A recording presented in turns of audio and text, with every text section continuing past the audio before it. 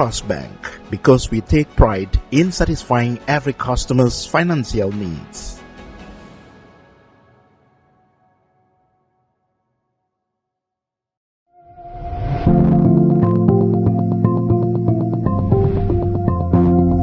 Introducing the future of hassle-free and seamless financial transaction. The Una Wallet app, empowering you to effortlessly manage your money anytime, anywhere. With the Una Wallet app, you can now enjoy branchless banking, wallet-to-wallet transfer, wallet-to-cash, and bank cross-border payments, deposit at a bank, and withdraw from any Una branch.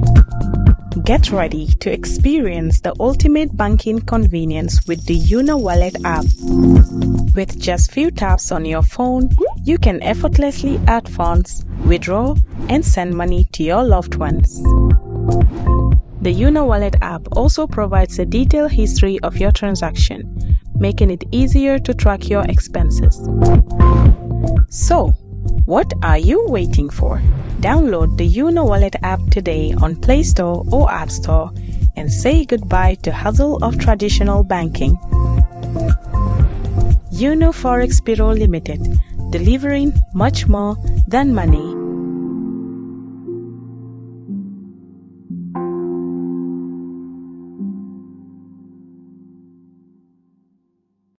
Ja Oil ñoom ñoo jiitu si wàllum jaay essence si biir réew mi te ñu def ko warugal pour kontaan loo suñu client yi borom moto yi ak driver yi seen jaaxare jeex na léegi pour am essence bu baax ak njëg bu yomba lii sax moo tax ñu amal leen banxaas fépp si biir réew mi pour essence bu baax bu set benn place rek la muy Ja Oil soo soxlae essence bu set essence bu baax gasoil wala kérosine naa la wax ne Ja Oil rek mooy jëmukaay ga doxantul rek si bépp banxaasi Ja Oil nga am si bànneex ak Ja Oil seen bànneex mooy suñ taxawaay moo tax ñu amoon leen banxaas bépp si biir réew mi nim gën a yombee pour yow ak suñ liggéeykat yu xarañ yi naa la won ne mbégte rek nga see jël pour am essence bu baax pour say machine fenn place rek la mooy sa Ja Oil ak Ja Oil bànneex kese la moo tax sax suñ station si nekk ca Costa Road ak Banjul wàññil nañ leen njëgi essence bi foofu noonu pour am si lu leer mun ngaa call si 770-8080 322-9070 714-7273 wala 787-1321 Ja Oil, the pride of the nation.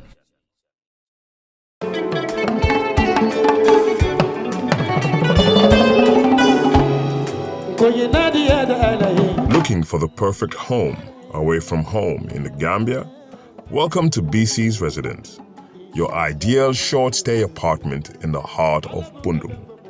Whether you're visiting for business, pleasure, or an extended stay, BC's Residence offers you the comfort, convenience, and privacy you deserve. Enjoy spacious, well-appointed accommodations in a peaceful neighborhood just behind Nusrat High School. Our residence combines modern amenities with authentic Gambian hospitality, ensuring your stay is both comfortable and memorable.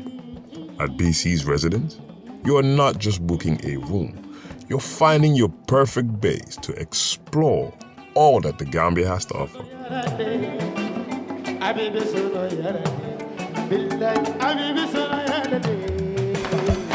Ready to book your stay? Contact us today. +220-941414. BC's Residence at gmail.com.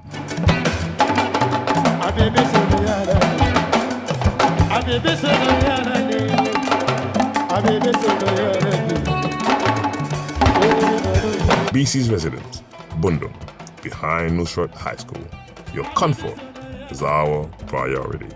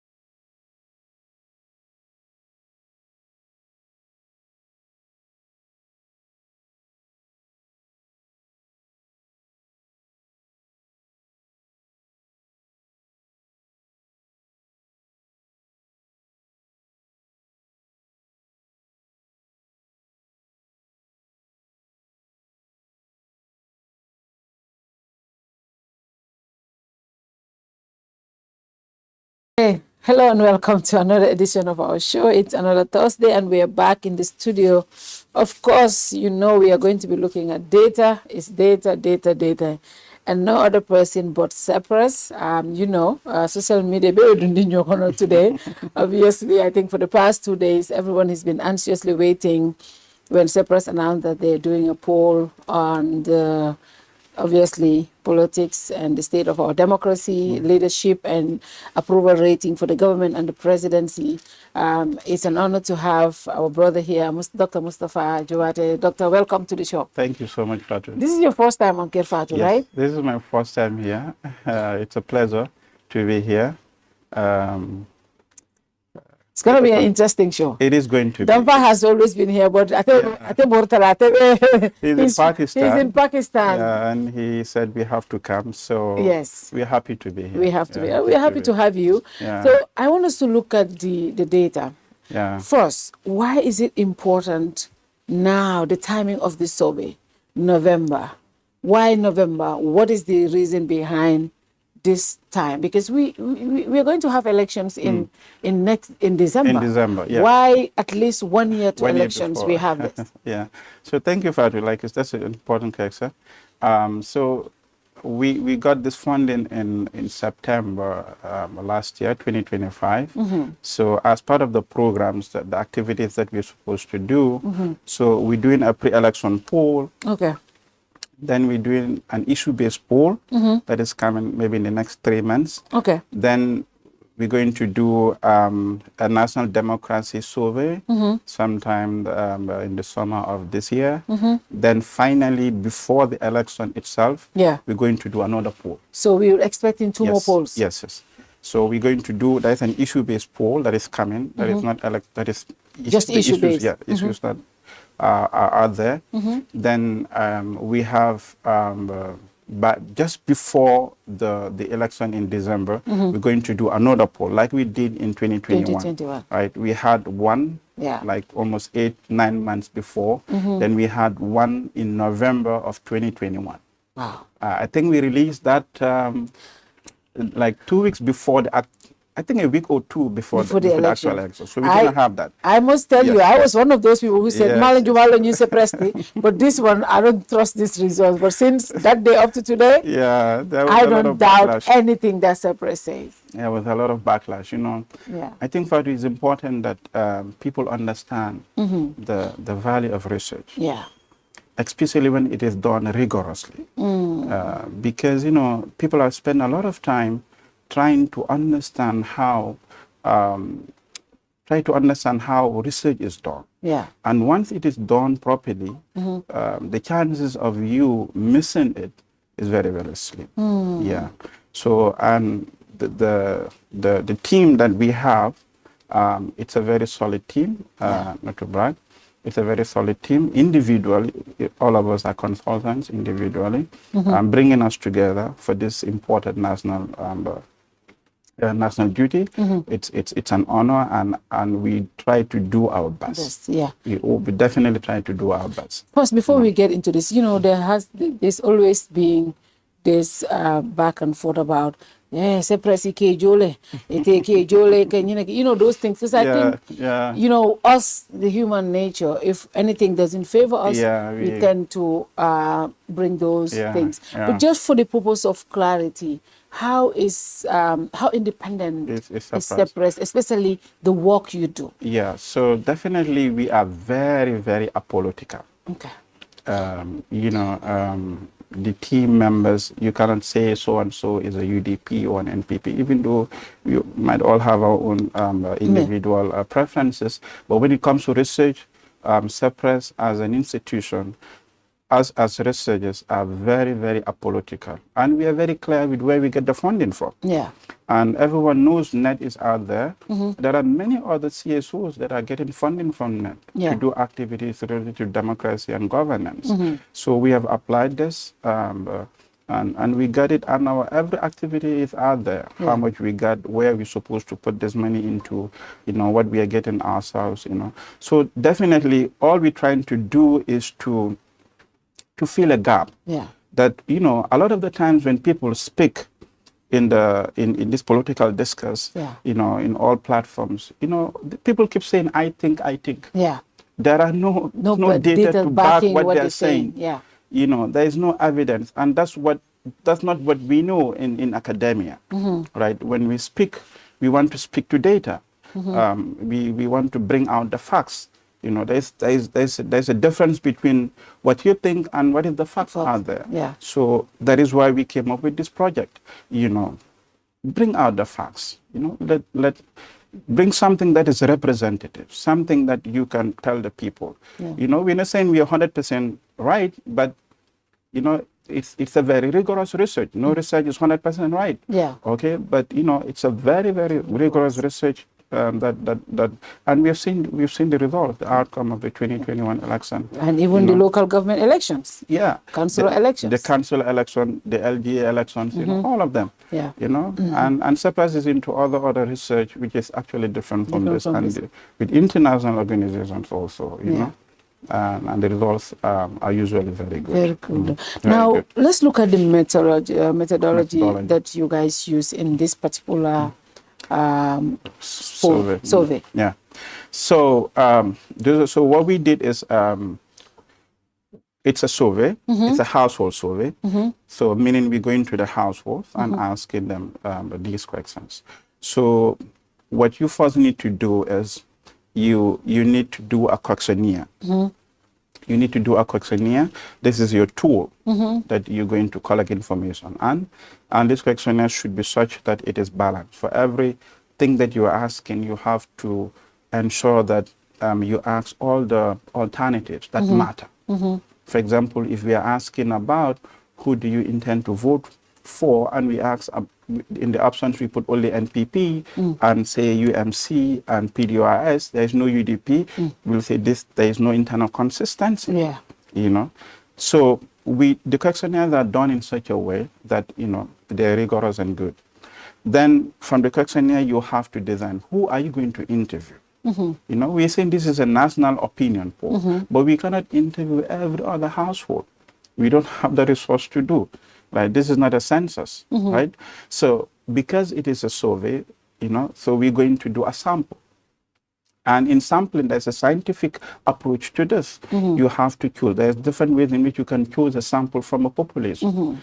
So the one that we use is a multi-stage, stratified random sampling, where in the first stage we picked, the what we call enumeration areas.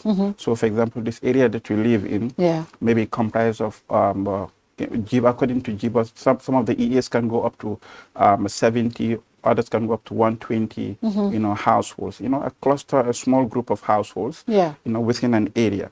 So at different LGAs we pick the EAs. So we pick different EAs from different LGAs. So within the EA, then we pick the households. So an EA comprises of, for example, 120 households. So we're going to pick, say, 15 households from there. Okay. Right? So the number of households we're going to pick and the EA depend on the sample size. The sample size. And the sample size that you are using depends on the size of your population and what amount of error you want to allow for. There's a margin of error. So we had a 3% margin of error.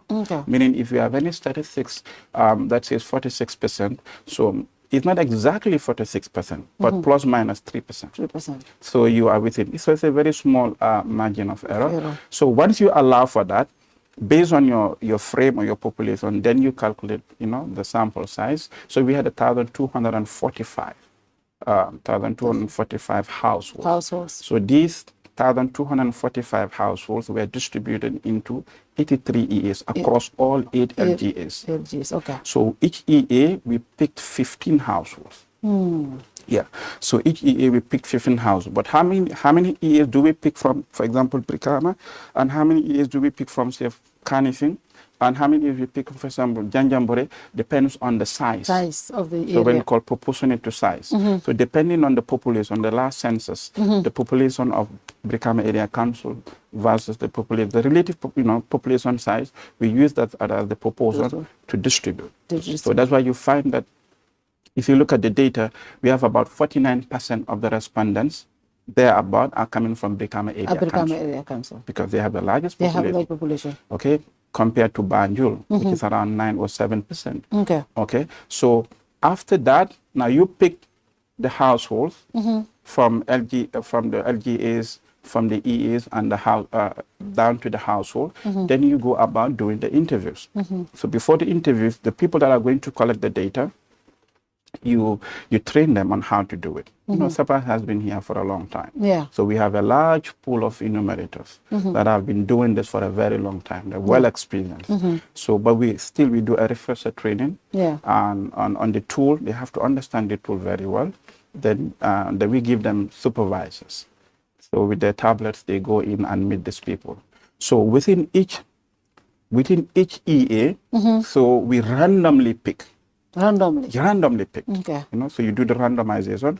So, for example, the first 15 households, you go to them. Yeah. So if a particular household, after 2-3 visits, you can still find them, we do a replacement of the next, say, the 16th household on the randomization. Okay. So that way, there is no chance of including any particular household. Okay. Right? So that way it becomes purely scientific and random. Okay. You know, so once that is done, the interviews are conducted properly. Then we get the data. I know we have a cloud server. CepRass has a cloud server. Yeah. So that picks the data.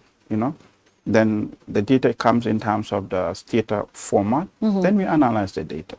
So finally, what we do. Because it's a household survey, sometimes the chance of including a particular household may be higher than the other. Okay, so we do weights. Weights are the inverse of the probability of a household's inclusion in the sample. Okay. So once you take the inverse of the probability, that becomes the weight. Then when you do the analysis, that you have to multiply by the weights.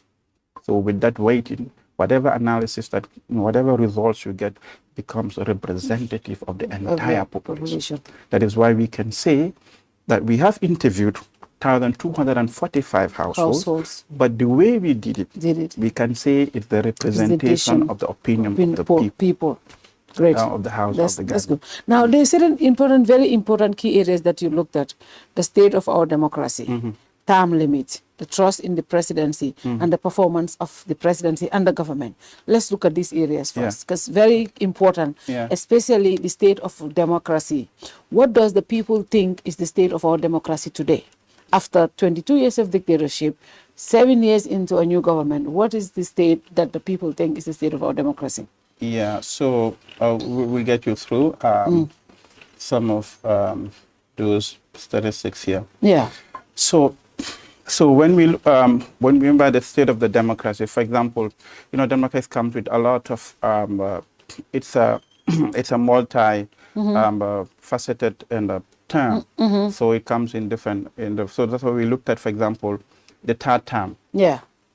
What people think about. What people think about, for example, the president seeking a third term. Yeah. So from what we got, people think that the president seeking a third term is going to weaken our democracy. And the statistics, we are having like 58% of the respondents think that the president seeking a third term will weaken our democracy. 58%. 58%. That's a huge number. And then we have only 17% are saying it's going to strengthen the democracy. Whoa, that's really very low. Yeah. And 15% says it's not going to have any impact. The rest are saying, I don't know. Yeah.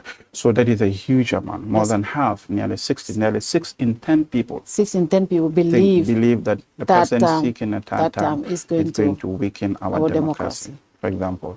Then you look at another aspect in which you can look at the state of our democracy in terms of our institutions.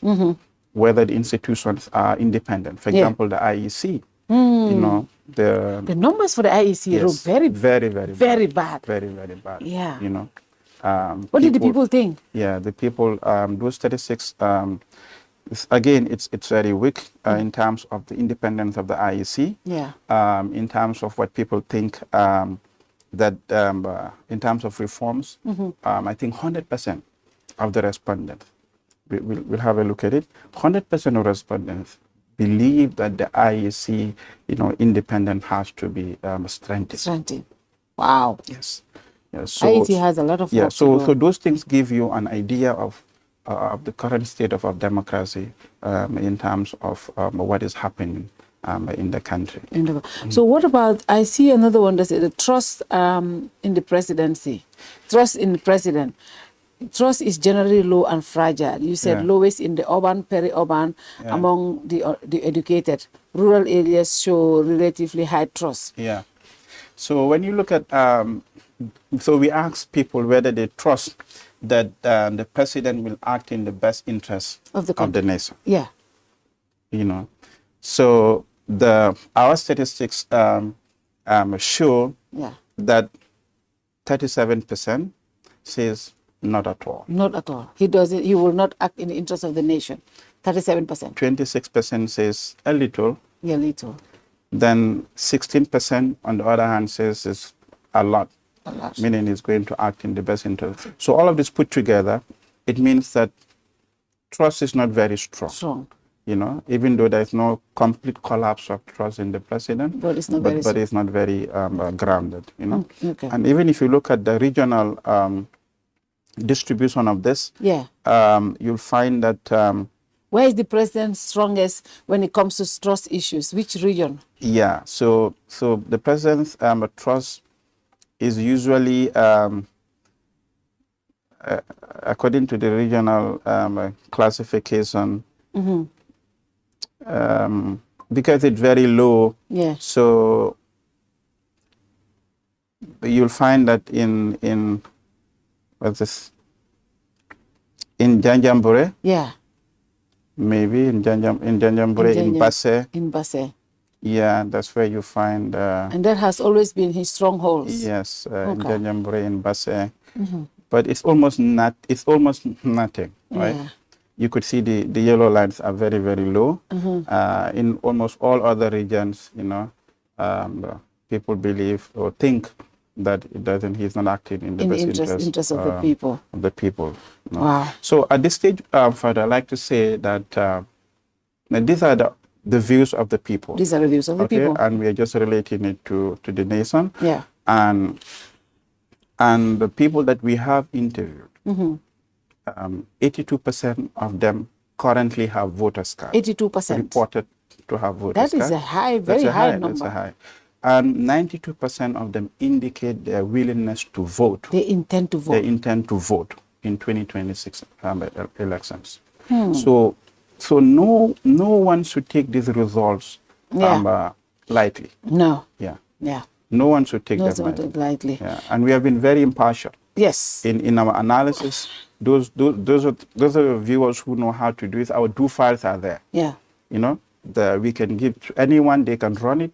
They'll have the same results. They'll have the same results. Yeah. Now, the performance also, it looks like more disapprove than approve nationally of the performance of the presidency or the government. Yeah. Strongest disapproval is recorded in Brikama, Kanifing, and in Banjul. Yeah. Support remains uneven across other regions. Other regions, yeah. But in Brikama, Banjul, and Kanifing, disapproval is very so in fact, I think this is a pattern that we have seen. Okay. When it comes to the president's performance, I think his performance are strongest in the rural areas. Okay. Compared to Banjul, Brikama, and Kanifing. I think that's a good thing for for them to work on, because the approval ratings here, generally 35% strongly disapprove. Wow. Of the incumbent, and somewhat 21% somewhat disapprove of the incumbent. Okay, but then you have a strong approval of 12% and a 20% approval of somewhat approval of the president. Now, if you look at this across the regions, you find that approval rating for the president or disapproval rating for the president is highest in Brikama, in Kanifing, as well as in Banjul. Yeah, even in Kerawan also. Kerawan too? Yeah, even in Kerawan also you have like 39%. Disapproval. Yeah, which is even higher. Higher than national for Kanifing also. Okay, but if you go to Mansa Konko, if you go to Basse, and if you go to Janjambure, you find that the approval rating for the president is relatively high. High. In those what is in those areas in Basse? What is his approval rating in around Basse? In Basse, for the president's somewhat approval rating in Basse is like 34%. That is not high though. Yeah, I mean relative to other areas. Okay, yeah. Like approval is like 34%. Yeah. Whereas the disapproval is just the disapproval rating is 11%. Okay. So relatively, he's doing well. Doing well in around that those areas. But even those numbers for somewhere where you call your back. For example, in Kuntauru, the president's approval has gone up to strongly approved has gone up to 40%. That's quite Kuntauru, good. Yeah. Whereas this, strongly disapproval is just 10%. Okay. Right. So Kuntauru, Basse, like I said, Mansa Konko and Janjambure. Yeah, there's a but he's still not hitting 50. Yeah, no, he's not hitting 50. Globally, the disapproval rating is higher. Yeah. But there are nuances when it comes to regions. Like I said. So in those rural LGS, it's relatively doing better. Compared to the national average. Average. Yeah. The economic management, government performance viewed overwhelmingly negative. Yeah. So we have a whole section on looking at how the current government, the performance of the current government, what people think. Yeah. So on the economy, we asked people whether the president and his government are handling the economy well. Yeah. How they're handling it. So we have a 39% saying they're handling it very badly. Very badly. Which is the highest. Is the highest. Then fairly badly is 21%. All of that put together is nearly 6 in 10 people. 10 people believe that he's not doing well when it comes to the economy. Yeah. On the other hand, you have 4%, only 4% who says that he's doing it very well, and 21% saying that he's doing fairly well. All of that put together is like a quarter of the people think he's doing well, whereas 6 in 10 thinks he's really not doing well when it comes to the economy. And again, if you look at the regional distribution of this, very badly and fairly, very badly it's very, very... is it the same trend in KM, Kanifing, and Banjul, or Banjul, West Coast, and KM? Yeah. Is it the same trend you're seeing? It's a little bit different because here it's highest in Brikama and Kerawan, as well as in Kanifing. All right? So in Janjambure is almost the same. The same. But when it comes to the president doing well, that is highest in Banjo. Yeah.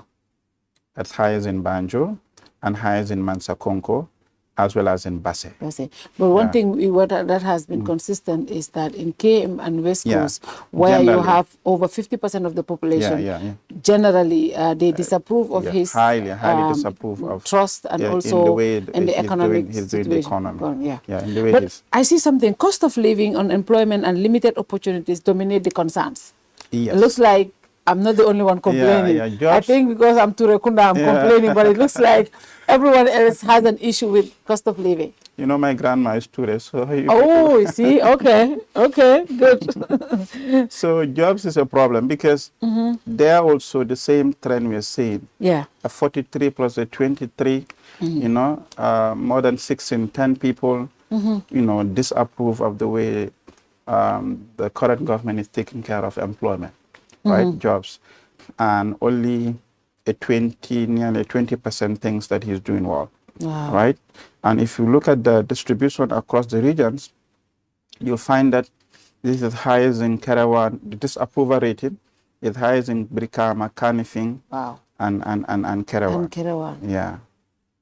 It looks like the people of Brikama, Kanifing, they have been consistent. They don't approve. They have no trust. In terms of economic management, job creation. They don't rock with the president. And when it comes to the regions that are really where the president is doing well regionally in terms of job creation is Basse, Janjanbureh, Kuntauru, and in Banjul is at par. At par. Yeah. Okay. Banjul is at par. And that only fairly shows well, and yeah. The reason why I always ask this, because you know, when you do surveys, you also look at what is being reflected in the areas. In elections, whatever we have seen is, especially last few years from the local government elections coming, the KMC, the Brikama, and LRR has always been a little difficult area. In fact, that's what you've seen. I remember our last polls, we predicted that the NPP was going to lose this. Yes, all of this up to LRR, yes. Yeah, and that's what happened. Yeah. You know, and because these are the determinants. If you're not doing well in the economy, you're not doing well in terms of job and employment, you know, you don't have the trust of the people. At the end of the day, it will reflect in their intention to vote, which we're going to see. Right? And one thing is very also clear in this. I'm looking at the snapshot. Dissatisfaction strongest among young people and urban residents. Yeah, that is very. That is. So, in fact, the analysis we've done, the report, which is out there for those, I really encourage all political parties. Yeah. All stakeholders. Yeah. Other CSOs also, all stakeholders to have access to the report. Yeah. Because the report, the analysis goes beyond the general and the regional disaggregation. Every question we analyze it, we disaggregate it according to age, according to gender, what the women are saying and what the male are saying, according to educational status. So what the highly educated people think, and what others think also. You know, in addition to regional regions. So once you have that, and if you know, the analysis is detailed. So if you want to know who is concerned about jobs, go there. Go there. Yeah. And even political parties, this is good for them. You want to know where you are weak at? Because I know not all political parties have resources to get this data. This is something that helps you. You will go to this and see where you are strong at, where you are not strong, or where you need to improve at. Among the team, I am the one who keep telling Damfa, look, this data we have to sell to them. Yeah. We're not going to give them this is, you know, we have to sell to them. He said, no, we cannot do that. We get funding for this. Yeah. But they're not even exploiting it. No, they're not. We're giving them, you know, we're giving them something a snapshot which is really, of where they need to work on. Yes. You don't need to do any other work. Just go there and do your messaging. All of them, across board, NPP, UDP, the political parties. This is something they should look at. But look at corruption and accountability. A lot of the respondents believe anti-corruption efforts widely viewed as ineffective. Nearly 2/3 rate government performance poorly. Negativity strongest among educated and the young voters. Looks like the younger people and the people that are educated have really good. They're concerned. They're very much concerned when it comes to corruption and accountability government issues. is taking care of corruption issues. You know, you can see generally, you know, 19%, like 47% saying that government is handling corruption very bad. 47%, and 19% are saying fairly badly. Put all of that together, you know, you are like 77 in 10 people, you know, and only 20% say it's fairly well, and 4% says it's very well. So it doesn't tell well. And the regional distribution is also the same. You know, Brikama, disapproval rating, you know, in terms of corruption is highest in Brikama at 60%, you know, then Kerewan, 51%, 42%. In Kanifing, you know, that is very bad. I'm quoting. In Banjul, 37%, you know, in all these areas, they're really not happy. What is this showing us? Because all these things I'm saying, president is around, disapproval is around 30s, in all these areas is 30, it's not even 40 in any, but you're telling me with corruption, 60% of people in Brikama are not satisfied. Yes, they are in not. KM about 42, in Banjul around 50 something. Yes. That is telling us something in Banjul, about 37. That is something about people's concerns about corruption. People are concerned. No, really, people are concerned. Imagine 7 in 10 people saying that government is not doing well when it comes to corruption. 7 in 10 people. Only 2 in 10 are saying that government is doing well when it comes to corruption. Wow. So that's a concern. That's a concern. And if you look at the disaggregation in the report, the youth, the highly educated. Yeah. It's because these are the youth, because they know that corruption has to do with their future. Yeah. You know, if things are not done well, they have to pay the price for this. The highly educated, because maybe they know the issues that are happening. They know what. So it's there. It's there. But now, before I go to the next area, which is about national unity and reforms, right? Generally, when it comes to issues of trust, state of our democracy, the corruption, accountability, economic, and these are key indicators for what drives people to the voters. It looks like this government's performance is really bad. The borough government should be concerned if this data to go by with is to go by with. Yeah, it's a problem. So like I said, we're just reporting what the people are.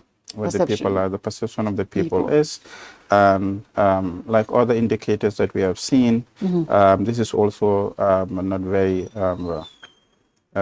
good for the incumbent. For example, when it comes to services, and their performance on services, we find that 48% saying that government is handling it badly, and services here has to do with health, education, security, and all of that, right? So 21% are saying that government is handling it fairly badly.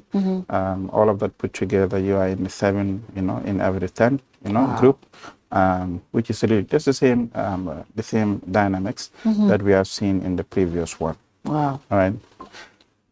Unity also. Unity, institutional reforms, and security. What was the perception of the people on these areas? I love the media area, though. I love that. And I love the numbers. And I love the numbers. Us on social media, we are dominating, and I love that. But yes, let's look at unity and reforms and the security. So when it comes to unity and national cohesion, we ask the people whether they think that the government is doing the performance of the government comes to that. So this one also is the same, because we're seeing that 47% thinks that the government handling this is very bad, and fairly bad, 20%. So all of that put together, 67% at national level, and 18% think that government is doing it fairly well, and 4% thinks that government is doing it very well. So they're about 2 in 10, 7 in 10, on the other hand, things that government is not doing well, 2 in 10 things that government is doing well. So I think there's a lot of, gap for government to perform. Improve bringing the nation together, ensuring that there's national cohesion and unity within the country. Institutional reforms also amongst the lowest rated aspects of governance. Majority say reforms are slow and ineffective. Dissatisfaction highest among educated and urban areas. Exactly. And security also, overall conditions relatively stable. Maintaining safety and preventing crimes remain priority. Security underpins public confidence in society. So yes. So reforms also the same thing, right? Now, 44% say it is very badly. 21% says fairly badly. That put together is going to be like a 65. And on the other hand, we have a 21% saying it's fairly well. Very well is 4%. So a quarter of the people think government is doing well. When it comes to institutional reforms, nearly at least 6 in 10 people think that government is not doing well when it comes to institutional reforms. And institutions are very, very important. At this point, as an economist, I like to digress a little bit. Go ahead. Yeah. So, institutions are very important. There's one of my favorite books when it comes to institutions and not just growth, but the long-term growth and prosperity of a country. Is the one by Ajimolu, Darin Ajimolu, and Robinson. It's called Why Nations Fail. Why Nations Fail. Why Nations Fail. So they brought econometric evidences, they brought historical evidences to show that in countries or in nations where they have what they call inclusive institutions, in the economy as well as in the polity. Yeah. Institutions that do not discriminate against anyone. Institutions that allow a level playing field for everyone to play in the economy as well as in the polity. Right? For example, you don't have a high cap, in terms of who can run for president. Yeah. Anyone who is competent. Yeah. A village boy can come, from Sarepate and, vie if he can do it. Right? In the economy, you cannot put anyone behind. Anyone can just come and participate in any market. So when you have those inclusive institutions in a country, they shape the long-term prosperity of that country. Right? But in countries where what we call extractive institutions, institutions that allow the elite to extract from the masses, then even if that country is highly prosperous, like what happened in Venice, they gave a historical account of what happened in Venice. At one point, used to be a very prosperous city in Europe.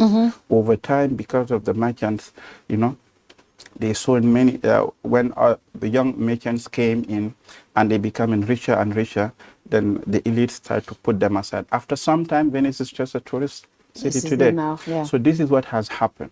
So reforms in terms of institution is very, very important. We have to have trust in our court, in our judiciary system, that anyone can have an issue with anyone and go there despite your political connections, despite what your positions. Anyone can win.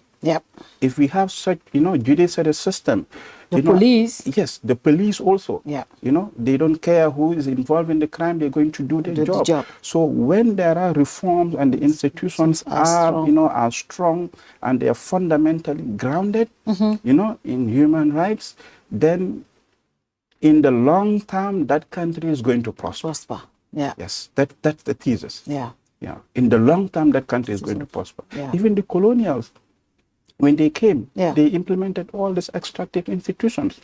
Whatever they put, there are extractive institutions. And that is one very important reason why, Africa as a continent have lagged behind. Though there are other variables in development. But strong institutions are very, very important.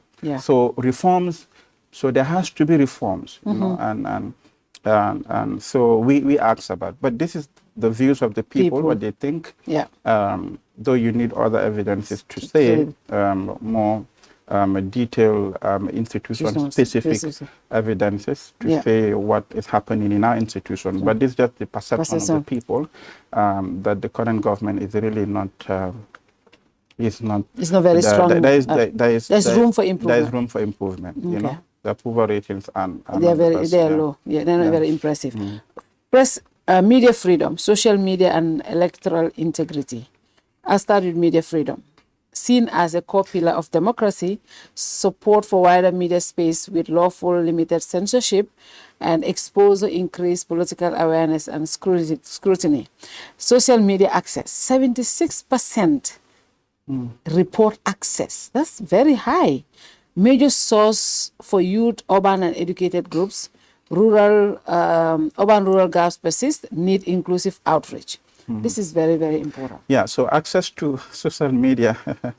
So I think this is an indication of the extent of what they call digital penetration. In our countries, and this is impressive. Given that this is a national survey, you having 76% of the people saying that they have access to social media. That's a good thing. I think, and that is across all regions. Except in Janjambure. This is concerning. Janjambure. This is my area. What are the Janjambure people doing? They don't have internet? So what is the percentage of access in Janjambure? We've seen that access is like 38%. Wow. Compared to 42%. That's really concerning. That's really concerning. Okay. I don't know. Because the reason why I think, before, radio was the most accessible tool of information in Gambia.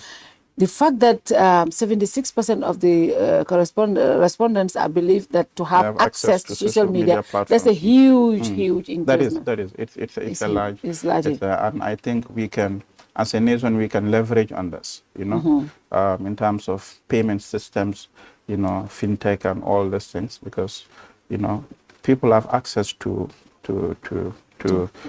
social media, not only social, but people have access to internet. So you can do anything that the internet comes, along with.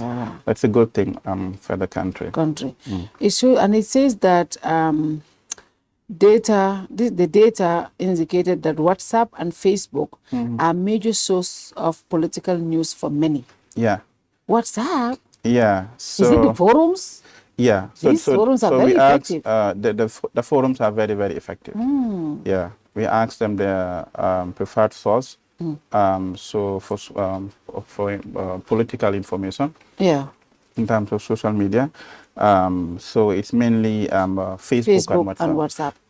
Now almost there are groups, WhatsApp groups. Yeah. And these audios running from one place to another. So almost everyone who has this, it's in multiple WhatsApp groups. Especially those that are interested in politics. But when it comes to, I see one thing, when it comes to political and governance information, when you add governance there, political and governance, TikTok becomes the highest, followed by Facebook and then WhatsApp. Now, what that shows is Facebook has been very consistent. In all this grouping, they are leading, they are there. So that means it's when it comes to access, a lot of people are... for people like you who are in the digital media, this is something for us to brag about now. It's something that you should... We are topping the chart. I think right now we are on live Facebook, yes, right? we are. A so lot of people, you should leverage on that.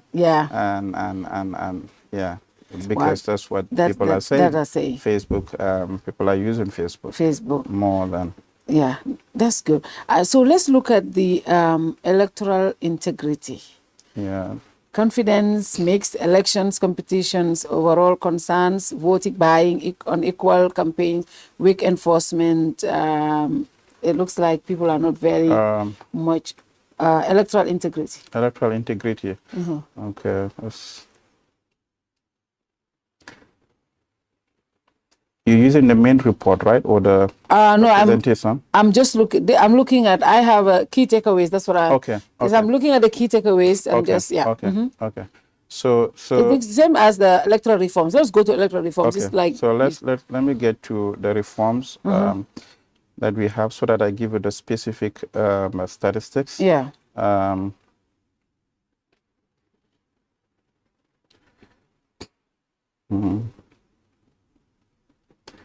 Like I was saying, reforms are very, very important. Especially when it comes to, because this is an election year. Yeah. So, and the IEC's confidence in the IEC is very, very important. It's very important. Right. So, from the reforms that, so we ask people, it's a multi-select. You can select more than one option. Yeah. Like, what reforms would you want to see take place? Yeah. Okay. So 100% of the respondents believe that the IEC needs to be more independent. Wow, 100%. Wow. 100%. The next highest is 93% who believe that there should be a ban on vote buying. A ban on vote buying. Like a 93%. Wow. 9 in 10 people, more than 9 in 10 people. Then the next highest is an 84% of the people think that there should be time limit. How many percent? 84%. 84% believe there should be time limit. Yeah. Wow, that's a very strong message. Yes. Then the next one. Yeah. If people strongly believe there should be time limit, that is very strong. And that collaborates with the third term impact on democracy, yes. Yeah, and that collaborates on that. Yeah. So these are, so you can see access to media is very high. So only a 41% pointed that out. Yeah, right? Because it's already very high. Yeah. So, yeah. But look at this one. The trust in the integrity of the 2026 election is not well established. Yeah, so that is another, that's another statistics that is So we include all these things because these are the things that are out there. Out there. Right? This is what people are saying. Right? That's why we include all of them so that we have evidence, in front of us. So when you look at, so we ask people how confident they are that the 2026 election is going to be free and fair. Okay. So, and we have 29% saying that they are not very confident. They are not confident. Plus 16% saying that they are not at all confident. Right? Yeah. So putting that together, it's like a 45%. 45%. Then you have 18% saying they are very confident, 27% saying they are confident. So it's like at par. Okay. All right? It's like at par. Or nearly, then you have a 9% thinking that they say they don't know. They don't know. But what is interesting is if you look at the regional distribution of this, very confident is it's highest in Basse and Banjul, very confident, and Kuntauru. It's the same. And Janjambure. It's the same trend. Yeah. If you look at this data, at just 2 minutes down the line, you are going to stop doubting it because you're going to see the consistency of where it's coming from, and then you look at politically, when we go to polls, it's the same. That's you what see comes out, right? who is winning where and where these numbers are coming from. Definitely, the rural LGAs are really the stronghold of the current incumbent, yes. Incumbent. Yeah, and it's showing in the polls. It is. For example, when it comes to not very confident, it's highest in Kanifing, in Brikama. If there is a little bit not very high in Mansakonko and Kuntauru, it's almost at par in those, but it highs in Brikama and in Kanifing. If I am the incumbent, I think you're going to need to do a lot of work in Brikama, in if they're going to go by what we have, even though they lead individually, they lead the polls, but they need to do a lot of work. They need to do a lot of work. Especially in Brikama and Kanifing. Yes. Yeah. And among young people I think too. they should have this report and study it Analyze it very well. Look at this data in Brikama, even within Brikama, is it the women or is it the youth or the educated people? So you just target them and do the right messaging for them. Yeah. It looks like all that they need to do. It looks like 50% of the respondents have the same view as me, even though I was not asked. They believe the Meet the People tour is perceived as a political activity. Yes. I have said this 100 times, and a lot of people believe that. 50%. 50% say they strongly believe it's a political activity. 22 agree. If you add that, that's about 72% believe. 7 in 10 people. 7 in 10 people believe it's a political activity. It's a political activity. Wow. It's not a neutral governance activity. Wow. Yeah, and so that means going forward. Yeah. They change the messaging in the Meet the People tour. They're going to be responsive to this. They can change the message in which it is done. Yeah. Wow. And again, that disapproval rating is highest in Brikama, in Kerawan, within a high disapproval rating there. Yeah. Also in Kanifing, and even in Janjambure also. This one is almost across board. Yeah. The disapproval rating is high, is the highest in all regions. In all regions. Yeah. What is the broad-based readiness to participate in a voter registration drive? It looks like so readiness to participate because 82% of the people that you spoke to already have registered to vote. Yeah. And it looks like a lot of them have registered. Yeah, so let me correct that. That's 81%. 81%. Yeah. That's 81% already have registered. They have voters card already. So only 19% indicated that they don't have. Okay. So And again, this is, in fact, it's highest in Janjanbureh, in Kerawane, where we have 93%, have registered. In Janjanbureh, 91%, in Basse, 83%. Across all LGAs, people are ready for the 2026 elections. Okay. Now let's look at the you see, I know people like us, the media, we started running with the likely vote to win. So, and I think, we need to say this. Likely to win and intend to. Intention to vote. Intention to vote. A bit different, which is, let's clarify this. Even Watson Gambia, I saw even us, even me, Kerr Fatou, I think I posted the likely to win. Even me, I posted both. For me, I was just copying all of them and putting it out. I said likely to win, NPP Alliance will likely to win, but I also posted, because for me, I looked at those numbers. One thing stood out for me, where it says President Barrow against another candidate, the incumbent against another candidate. The president is losing. He's at 34, and another candidate is at 49. That data is more important, because that number is those who intend to vote. If you want to vote today and you have President Barrow and another candidate, who are you going to vote for? They are telling you, I'm voting against the president. 34% said they're voting for the president. 49% said they are voting for another candidate. That is very significant. Tell us about this. It is. So that is it. So we ask people, just like I ask you, who do you think is going to win the polls in December? So you tell me, even though maybe you support NPP, but you think UDP is going to win, right? That's just what you think. That's different from if I ask you, who do you intend to vote for?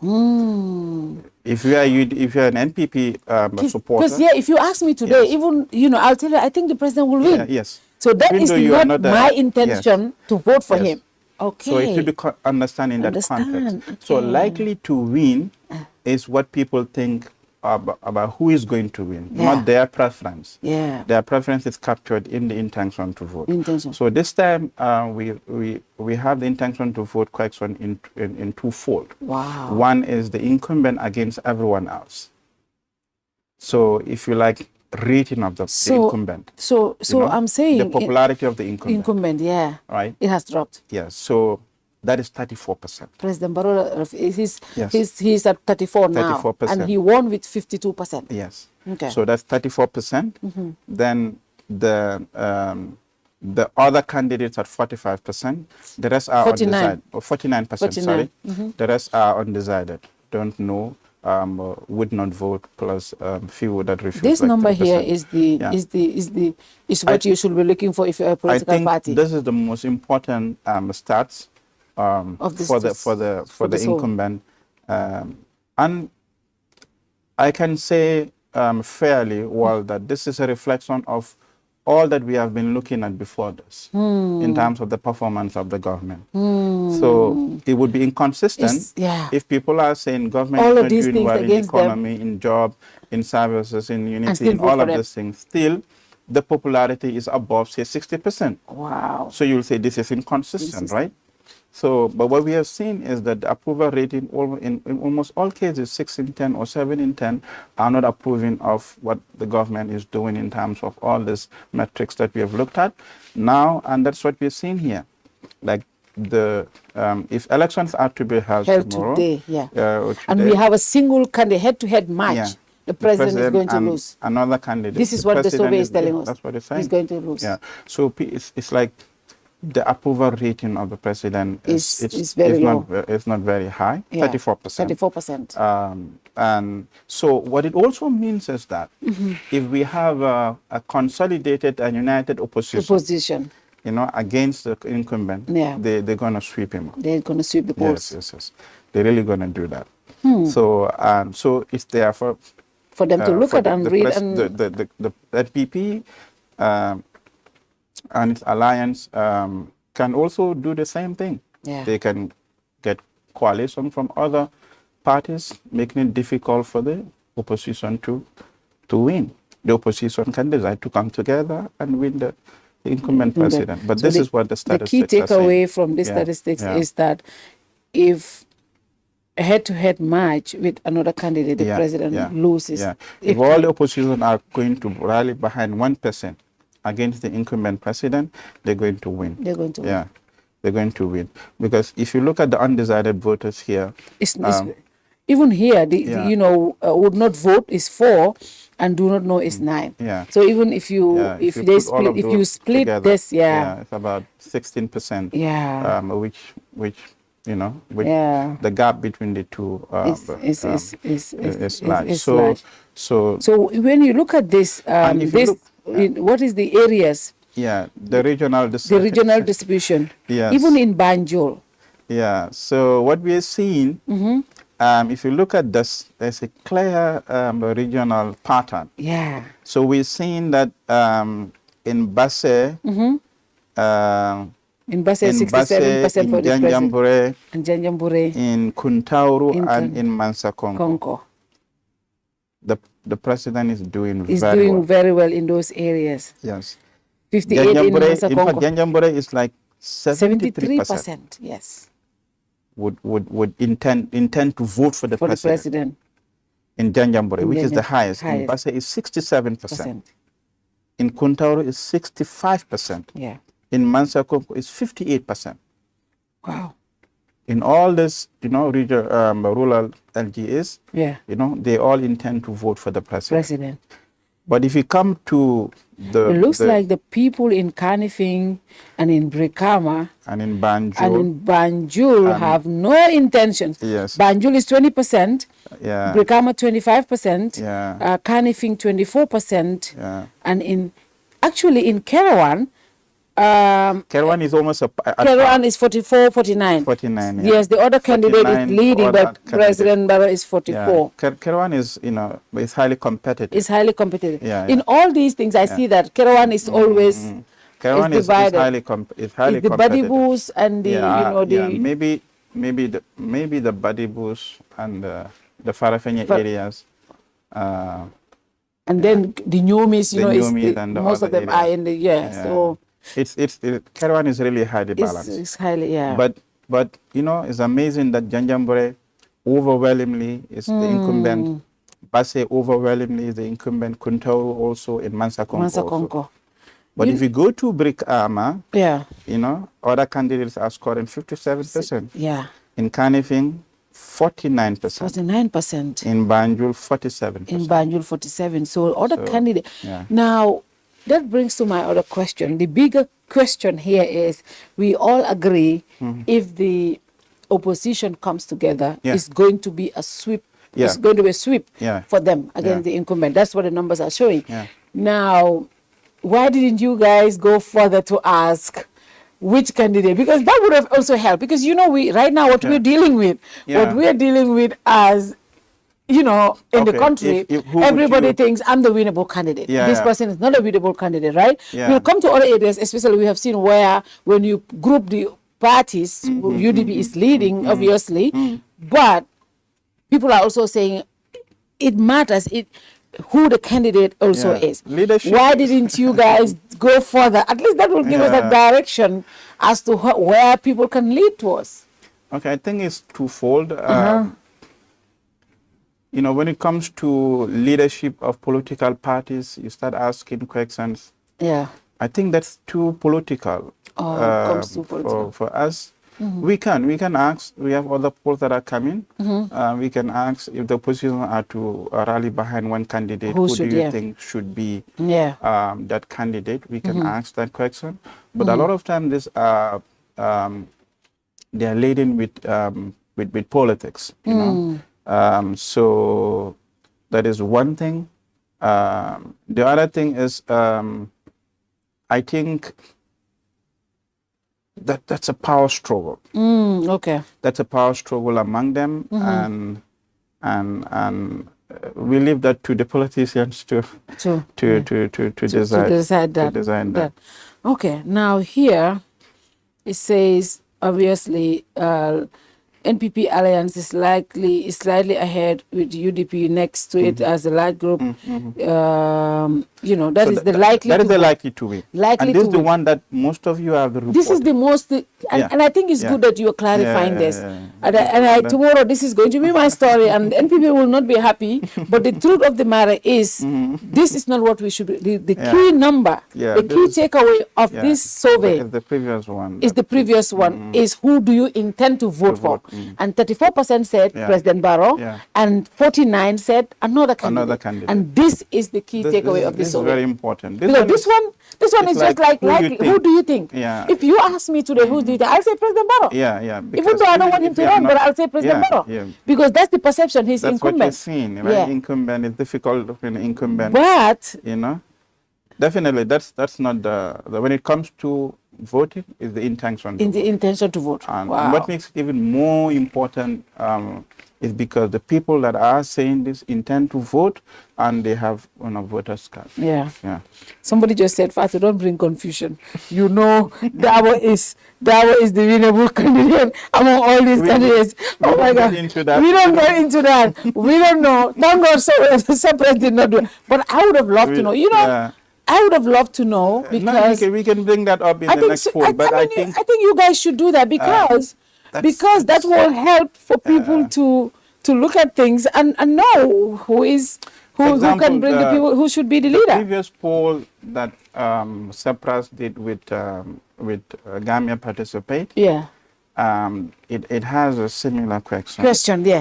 And that was you guys got a lot of. Is that why you backed out of this time? Because they were saying like, was CepRass sponsored to do this? What is the timing of this?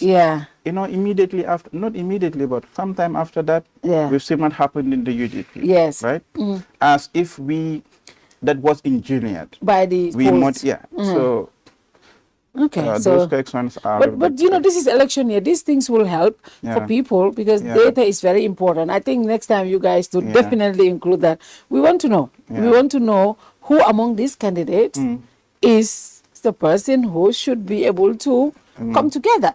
Because obviously, what we're seeing here, when it comes to parties, it says when you just group the opposition together, UDP leads.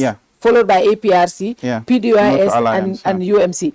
You guys say APRC, but we should correct that. It's no to alliance. APRC no to alliance. And that really surprised me. APRC is not the main APRC. No, it is the Yaya Jammeh faction, the no to alliance, who is coming number 2. Myself. How did this happen? I think the APRC, it's okay. I must put this disclaimer. If you look at the time that the data collection took place was in November. And I think that was the time that there was this information that the previous president. So it gave a lot of. Maybe. That could be a determining factor. That could be. People that were strong Jammeh supporters had this fervor, reignited into them and all of that.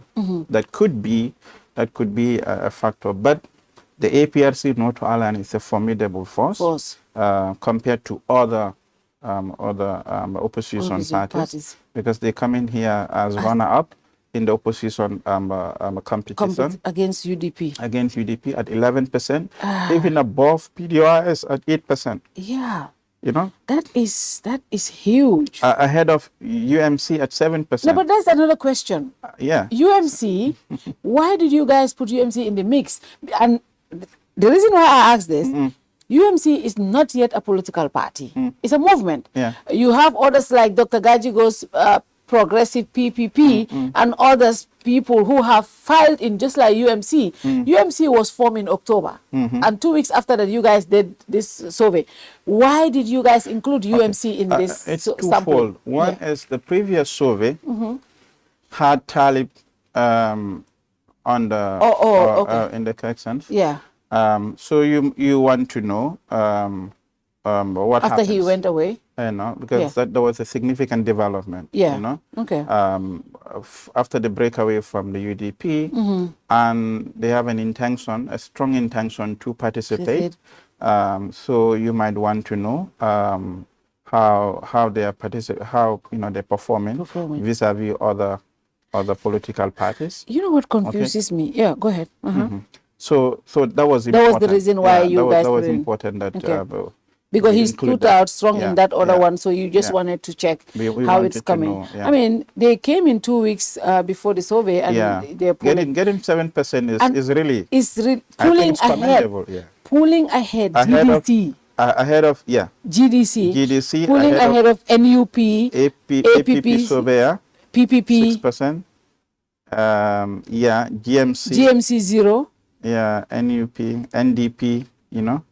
No, and even ahead the big APRC. Fabakary Tombong APRC, which is 3%. APRC no to alliance DOI. So they are next to DOI, next to DOI, and then 8%. But so I think it's a good performance. I think it's a good performance. What it means is that if there's going to be any formidable coalition, it should not exclude them also. It should not exclude them also. Because this survey was taken just 2 weeks into their existence. It should not exclude them, and we have a long time before the election. But so, I'm really surprised with, and I see a lot of people are saying, don't get confused. GDC is the second biggest poll. GDC in all these elections, presidential, they have always come behind UDP. But this survey is saying a different story.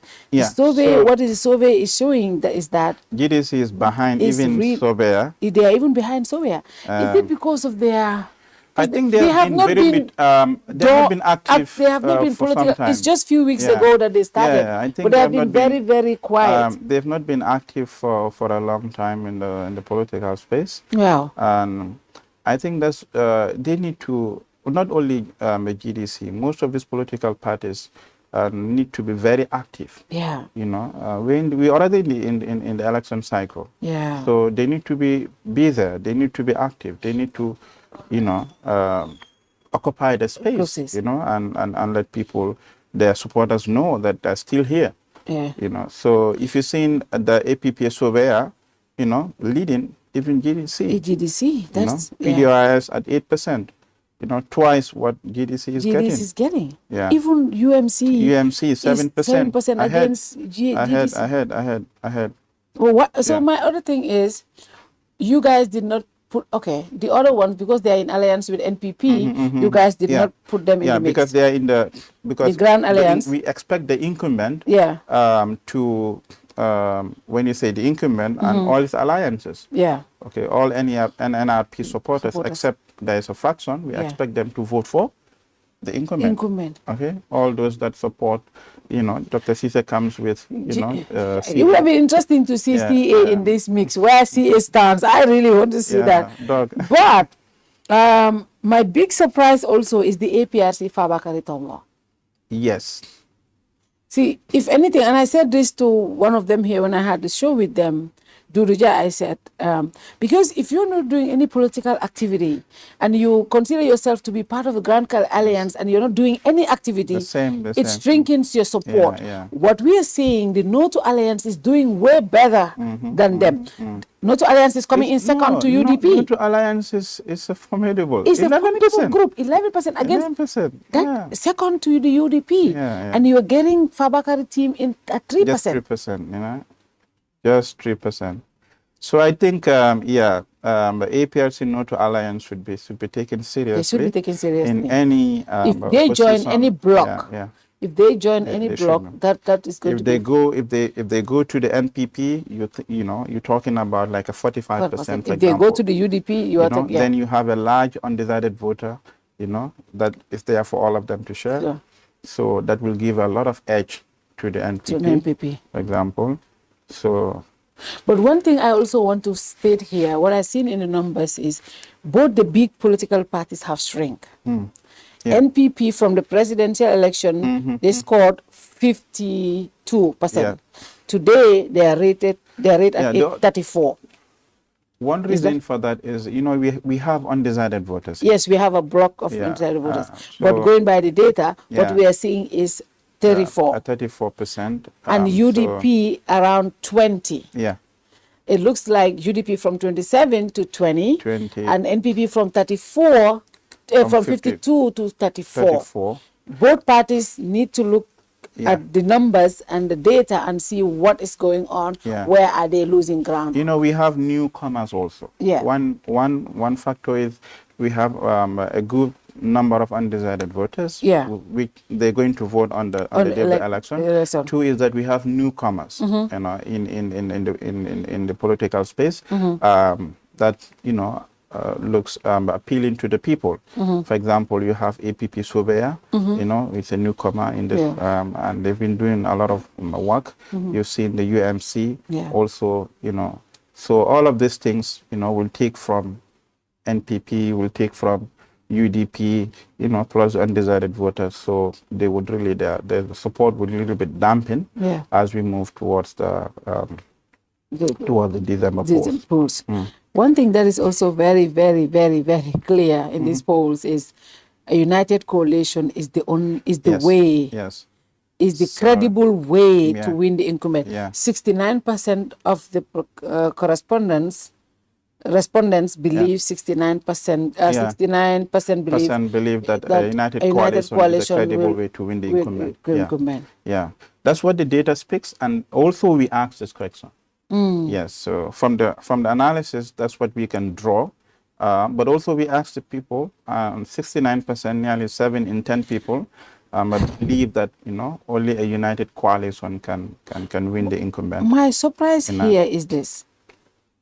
My surprise here, even across regional blocking, every region believe that.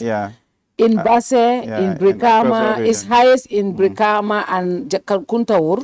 But across all, 60% in Banjul believe coalition will win. To Basse, 57%, 71 in Brikama, 67 in Janjambure, 71 in Kanifing, 71 in Kerawan, 72 in Kuntawur, 60 in Mansankonko. Everyone above 50, they all believe a credible coalition will win. And this is a message to the opposition parties. Wow. They really need to, don't know how, the how of it is left to them, but I think there is this, is it CSP? That's trying to work around this. And it's something like an AC, something, ACP.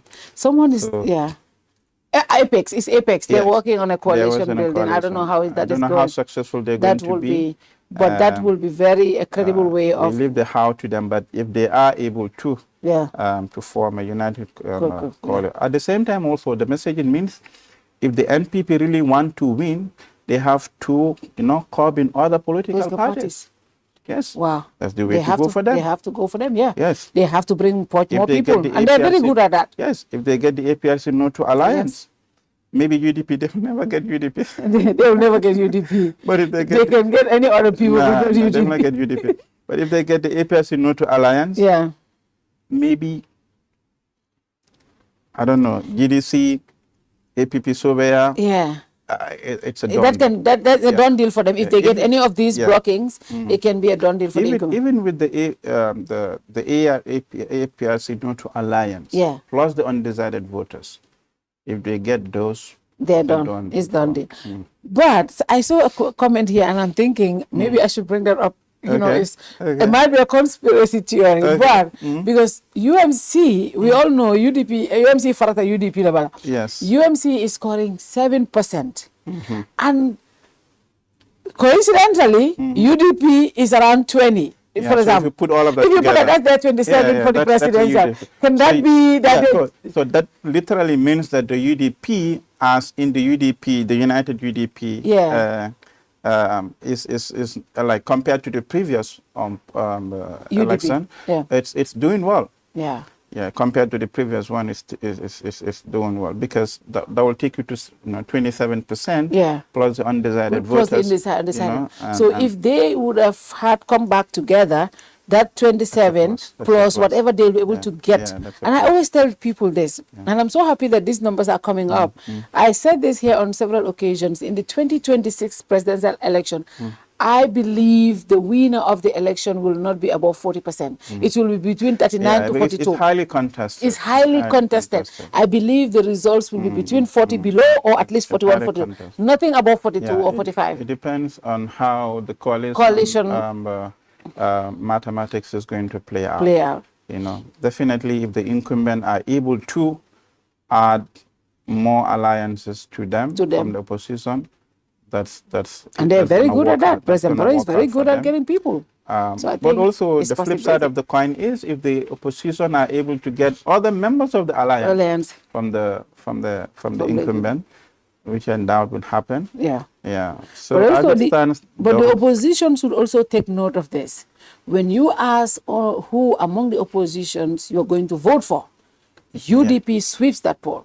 35% of the people believe among the opposition. 35% say they're going to vote for the UDP. No, definitely. It's not even close. Gambia is more like, NPP Alliance UDP. So if like this is something to go with, this will also help to guide. Because they are telling you, the opposition voters are telling you, 35% are telling you we want to vote for UDP. We are going to vote for UDP. The UDP is it's not likely, but intention. That's what the data tells you, the strongest opposition. They are the strongest opposition. So how they go about doing it, we leave that to them.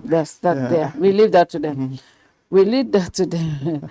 This is interesting data. It's interesting. What else do you think is the key takeaways of this survey? So the large undecided voters. The large undecided voters. So, and I always say this is where all the political parties need to delve into and look at it. Okay, we can do further analysis of the undecided voters, only the undecided voters, and do the descriptives according to all these different gender, according to gender, LDA, age, education, and even other characteristics. If there's interest in it, we can do that. Or if they want, we can give them our do files. They can outsource it to anyone who can do such analysis for them. But I would urge all of them to take this data seriously. What about the gender gap? The gender gap. What is the because the president right now they just launched the Women Enterprising Fund for women. We all want. I kept asking the other day. I was asking what happens to us who are not NPP, us the women who are not NPP, but obviously they are supporting the NPP women, empowering them. So that might be a big boost for them. What is the president's ratings among women? So all this, like I said, all these questions, we looked at it according to gender also. Okay, so to start out with the representation in the survey, we have like 56% are male, 46% are male, and 56% are female. Right? So we have a large female representation in the survey, and all the questions were disaggregated according to male and female in the main report. So I want to clear something here, because I see somebody was telling me, because I was saying that me and you were saying UMC is 7%, right? But that person is telling me no, they're not 7, but they're 7. PDI is 8, right? So I think just for you to clarify. On our intention to vote. If the person goes to our report, the chart that indicates intention to vote among the opposition. Like I said, this intention to vote comes in two. One is the incumbent against everyone else. Then the other one is among the opposition. So among the oppositions, the UDP comes at 35. The APRC Noto Alliance at 11. UMC comes at 7. And PDIS comes at 8. Okay. I just want to clarify, because I said it and somebody is telling me that's not the number. That's what we have. That's what is intention to vote among opposition. Those people who are in the opposition, who do they intend to vote for? 35% said UDP. 11 said APRC, 8% said PDIS, 7 said UMC, and the list goes on. So that's what we were talking about. But let's go back to the gender, the women. So like I said, every question is disaggregated according to, just like the way we have the regional disaggregation. It's also disaggregated according to the gender, male and female, as well as education and other backgrounds. Right? And like I said, also we have a large representation of the of the female in the survey, more than half, 54%. So definitely, like the one you mentioned, the NPP Women Enterprise Fund that they did. That is a targeted campaign, I believe, to lure in more women into the NPP fold. I think, based on what they want to achieve to get re-election, I think that's a good thing because you are targeted. But such policies should be guided by this kind of data, right? So, if, for example, they realize that the support base among the women, it's not impressive. So you do those kind of things to lure people into. Because the reason why it's important, women and the young people, these are the largest block of voters. Exactly. Women have more women voters than men.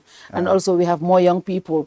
Whoever gets a chunk of these people, you have a very good chance here. So that's why I'm asking, who do you think the youths are leaning to? Is it the opposition or the incumbent? From data. So from our data, let me get the main report on the intention to vote for the intention to vote among the political parties. So the disaggregation according to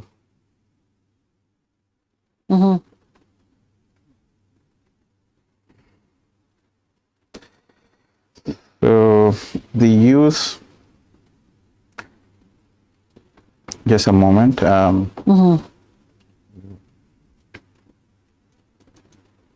You don't want to give statistics that's not accurate.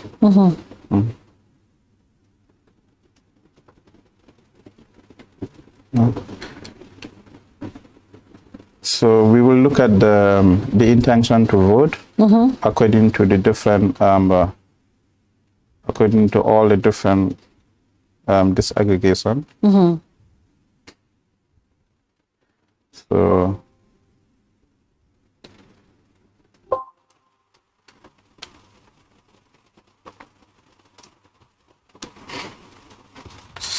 So you find that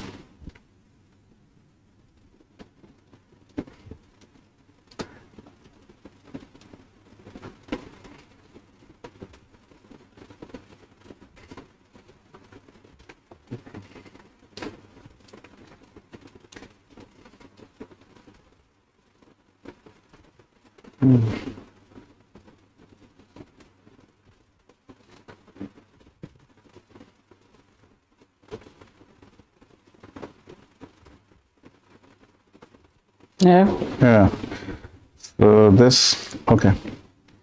So when you look at the, so younger voters are more inclined towards opposition candidates. Younger voters are, how many percentage? Do you have so we have, for example, among the 17 to 24, only 35% would vote for the incumbent, while 50% would opt to vote for another candidate. Wow. Right? As a 17 to the 24 age group. Okay? And this is similar also for the 25 to the 34 age group, a similar pattern. Okay? Only 1/3, intend to vote for the incumbent. And over half intend to vote for other candidates. Then if you look at the old group, the oldest group, 55 and above, the elderly people, it's nearly a split. 39% intend. So you see now the incumbent is getting a higher. 39% intend. The older group. Yes. 59 and above. 39% intend to vote for the incumbent. 38% for other candidates. So this is why we say that this aggregations are very important. So we leave education, age, gender, all of this in the main report for them to come and see. Let them call Arena Tujalo or Fatou Cham at CepRass. They're going to give them the report. So you know how to do targeting, for example. So the incumbent needs to work on the young people. The young people. they need to work on the young people, right? So if you look at, let me look at, for example, the female, the gender disaggregation here. So when we asked 34% of both female and male respondents say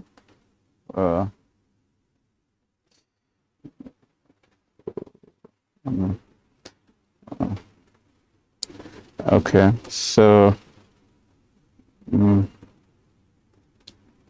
34% of female and male respondents said yes, that they'll vote for the incumbent, while 50% of women and 49% of men said they will vote for another candidate, right? 59 women? Yeah. So the women? 50% of women. Wow. And 47% of men all intend to vote for another candidate. So meaning even women are more inclined to the on another candidate. Yeah, than which is above the average. The average is 49. Women is at 50%. So the remainder is undecided. Undecided. Right. So you look at that. So if women are, though that is almost at par, but women are a little bit inclined to the opposition than to the incumbent. So what they did there, it's a good targeted incentive. So if they need to incumbent, if they're looking at the data, they need to work on women and the young people. Even men, because 47. Yeah, even men, 47%. But 47 is below but even that is also high. It's high. That's also high, right? That's also high. So this definitely means the youths are not happy. So the elderly people more inclined to the incumbent but the opposition than the opposition. So the opposition also should work on the elderly people. Yeah, they should work on the elderly people. They should work on the elderly people. So do you think that has to do with the access to social media? Because it is more of the social media where you hear all the things that are going on. Yeah. And it's the young people who are basically living in social media. Yeah, I don't know. Information. It's who gets the information. And what information you get too. Because the elderly people are not very active on Facebook, and you expect, on all these TikToks platforms, and the usual saying that you don't oppose a sitting president. Yeah. That norm that you don't oppose a sitting president. It's maybe it's relatively stronger among the elderly people than the younger ones. Yeah. And all of that can lead to that. Okay. And because the younger and maybe women are getting information. They're getting more information on the social media, on the WhatsApp groups. So because of that, they tend to a little bit incline towards the opposition. Yeah. So there's a lot that and the youth is, how many percent is the youth, young people? The young people, is 2 age groups. Yeah. We have the 27 to the 24 and the 25 to the 34 age groups. Okay. They are all above 50 or below? They're all above 50. For the opposition. Another thing is the level of education. The level of education. Yeah, the level of education. What happened to educated folks? Who are they leaning towards? Yeah, so education level is but those with high education tend to be less supportive of the incumbent. People with less education. Yeah. People with higher education tend to be less supportive. They are less supportive of the incumbent. We have a whole annex of all these tables. Let me show you. Let me show you the tables that for all the questions that are divided into all these different categories, and we are not asking any money from them. Yeah. So they can come on. I know. So, for example, So you would see that an intention to vote, an intention to vote.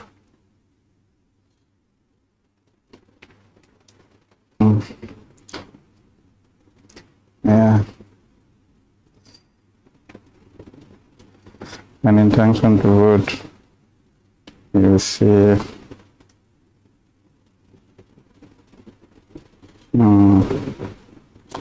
Interesting data.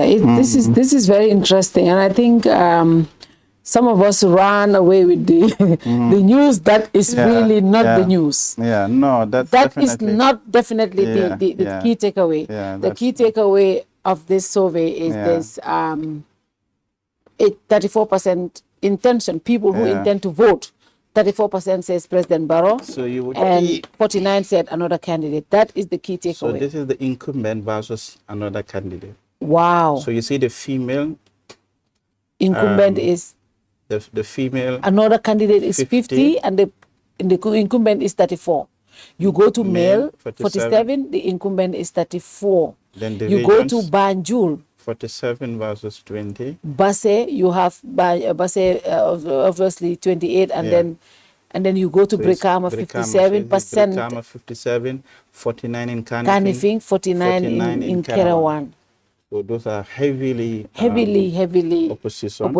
When it comes to education, look, among the Majlis and the Dara people, 44, 46 almost equal. Yeah. Those that are not educated, most of them are leaning towards those that don't have any education, are leaning more towards the incumbent. Okay. You can see 36 and 41. 41, yeah. And but the primary school goers are more position. Secondary, more education. Tertiary, more university, even more position. Wow. Look at the university, 49 against 19. Yeah.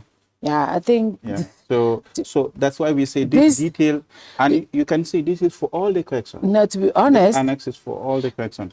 The truth is, look at the age groups. Yeah. 50 versus 35 for the 17 to 24. 25 to 34, 53 versus 32. For the 25 to 34. 35. 51. So in all age groups, 55 plus, you have in all the age groups, young people, it's all above 50%. They are for the opposition. Only above 45, you have the incumbent having 49.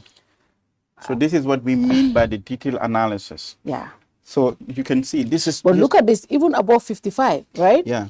It's 38 against 39. It's just one point there. Yeah. So this is, if you look at the details of these numbers, this survey is not favorable to the incumbent. You see, from these numbers. It is not. It's not. To this, all of this are each of these statistics are very important thing that can help them in fine-tuning whatever they do. Yeah. But I doubt if they're going to. But the thing is, especially the opposition, and the incumbent, all of them, they should look at the details in this. They should look at the details in this. And refine their campaign strategies and their targeting and their branding and, the marketing, whatever you call it, on how to woo voters into their parties. Yeah. I'm going to have to do a TikTok video, a quick video on this, just a snapshot of what is, just to, because the details are in the numbers. Yeah, they're really in the numbers. They are in the numbers, and I think even government performances, all those questions we've asked, services, economy, jobs, unity, and all of those things we've asked, they are all disaggregated. They are all disaggregated. All of them, as you can see here. Yeah. So if you want to know, like, who doesn't approve of my presidency? Either the young or the old? Is it the educated or the non? Is it the male or the female? The numbers are there. The numbers are there. So definitely, I think they should all try to get a copy of this and reflect upon it and see what they can devise out of this. Out of this. Yeah. Interesting. I think that's a contribution we try to put there Yeah. to bring evidence to the people. And help all of them. And we are being very apolitical, and we don't have any sides when it comes to this. Like I said, our do-files are there. They can have their own analysis. They can run those same things for them, conduct, if any further analysis for them, to do whatever they want to do. Somebody sent me this. UDP people. My bios uncle. He said He said the UDP did not shrink, 27% to 20%. The survey was not who will you vote for that part. It was who you likely will win. No. The who likely will win. Yeah, that's where UDP scored 20. That's what everybody reported. Yeah. That's what he said. But the truth of the matter is, when it came to who will you vote for in the opposition, that's what we're saying. In the opposition, that's where UDP scored 35. Yeah. They scored 35 in that block. But remember, that 35 is not a global. It's not a global. It is the 35 of the 49, if you like, So if you calculate that even it's less than 20, it's about 17. Yes, because we did the calculation here. You multiply 35 by point what? You 35 by the 0.49. 0.49. So yes, when we say numbers, we are just putting. But he is right. It was who will you vote for in the opposition. UDP came at 35. But that is out of the 49. That is just among the opposition. Among the opposition. That is the 49% of the opposition. That is not the 100%. That doesn't have the NPP and the Alliance. That's what we are trying to say. I hope you understand, my brother. Yeah. In fact, this is where we deviate from the previous polls that we have. In the previous poll, we put all of them together. Yes. This one, we force one to bring the incumbents. And the thing is, why didn't you guys intend to vote for all of them? You just did likely to win. Yeah, likely to win for all of them. But the intention to vote, previously we did for all of them. Yeah. But this one you want to see, because clearly now you can see how the incumbent is against everyone. Yeah. Right? Now you want to see against another candidate. Yeah. That message is very clear. That a united, opposition will do better. Right? And also you gave us an indication, look, yes, the opposition you can win with 49%, but among your 49, who is leading with what? So now it is clear that among that, UDP is leading with 35. Yeah, but that doesn't mean globally UDP comes out with 35. Globally it's not 35. Globally they are at 20. So by some the correction here is globally they are at 20. And that if you put that against their 27 in the presidential, that's why we're saying it shrink to by 7 because in the presidential in 2021 UDP scored 27. Barrow scored 30. All of them. So that's why we said they all shrink. So that is there. Because you have newcomers. Yes, right? You have newcomers obviously, and people are taking from everybody. And the undecided voters are there also. So that's not only UDP. Even the NPP also. Yeah, I hope they understand that. So it's a different classification, but yes. So the 35 is among the 49%. That's where they're scoring 35. Exactly. But against Barrow and everybody, they are scoring 20. That is clear. My brother, I hope you understand. Yeah, it only the data. It can't protect it. They will bombard you with message. I saw their message on the section. But I like that. At least they are trying to get clarification. That is good. That is good. But this is interesting. But the truth of the matter is, there is so much to learn from this. Once you start looking into the details, you should be, it's clear that the only way, the most credible way to win the incumbent will be a coalition.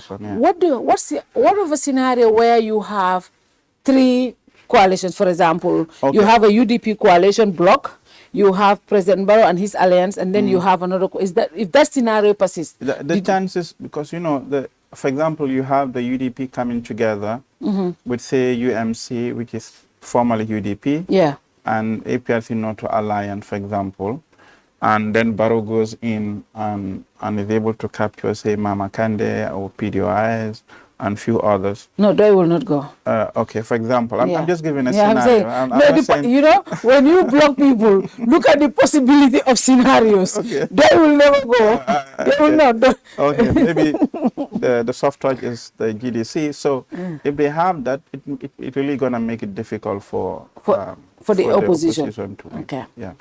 Even if a scenario happens where, given the undecided voters, distributed equally, you have a scenario where the UDP has coalition with, say, the APRC Noto Alliance. Then you have few others, say, PDYS and the UMC, having another coalition. So all of that means that the chances of the incumbent winning is higher. But you have a large block of the independent voters who have not aligned with anybody. Yeah, we do undecided voters. Yeah. Now, the scenario I'm looking at, for example, if UDP have his own alliance, you have for example, UDP and some other people, and you have APR, you have NPP and his alliance, and then you have another sort of APRC Noto alliance with other opposition grouping, two opposition grouping against the president. What do you think of that? The chances of the incumbent winning is very high. Very high with very that. High. Okay. Given the, we don't know what's going to happen to undecided voters, but like assuming that the undecided voters are going to be distributed equally among these. Yeah. The chances of the incumbent winning is very, very high. That means the only credible way is for all of them to come together against the incumbent. Yeah, for all of them to come together. Well, we have said it. How that is going to happen, we don't know. Who is going to be, we don't know. But the credible way is to come together. Yeah. And I hope, and voters have spoken. Voters have spoken. Yeah. If you look at this survey, people are not happy with the services. They are not happy with the state of democracy. They are not happy with access to, they are not happy with all the things. They trust in the presidency and all of that. The state of our economy, they are not happy. So it's telling you something. It's telling you that the people are not happy, and the people are not happy with corruption and all of this. But they are telling you should come together. There's an interesting statistic we didn't talk about. Okay, what is that? That is the, how do you read the current president with the previous one? I don't want to sound my God, where is that one? The current president against the former president. The former president. What is the numbers there? They're in favor of the former president. Let me read it out. Please read that out. I think that is interesting. That is crazy interesting. I think that is interesting. Can you read that out clearly, please? We have this. Is it in the report that I have? It's in the report. It's in the presentation that I did. Presentation, is that the one that has 88 pages? The Beamer slides. 54. This one. Yeah. What page is it? Because this is 44 pages. Oh my God. We have this. Wow.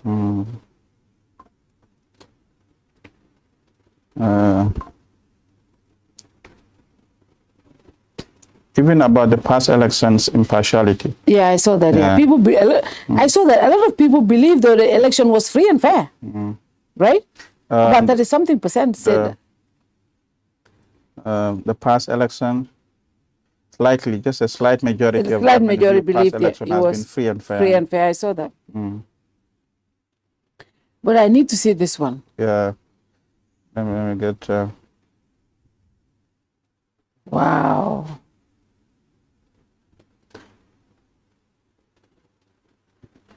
This, if anything to go by, this survey is not anything the NPP should be celebrating. It doesn't look good for them. No, it doesn't.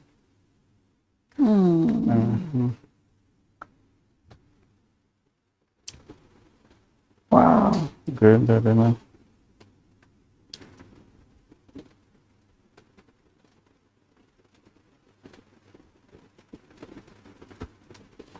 interesting. This is...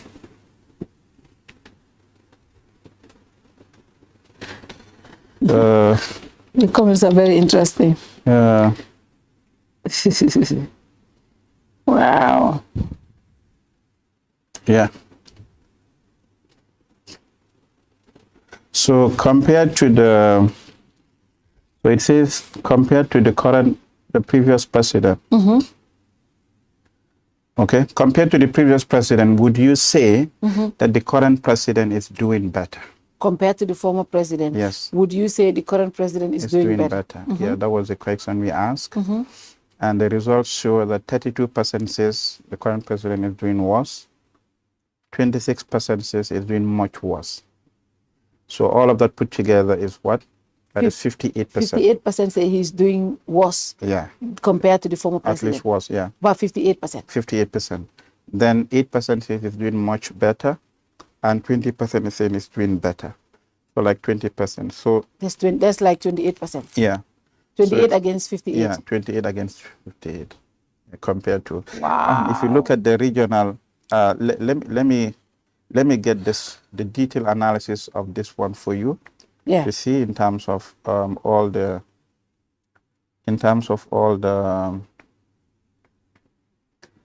different characteristics.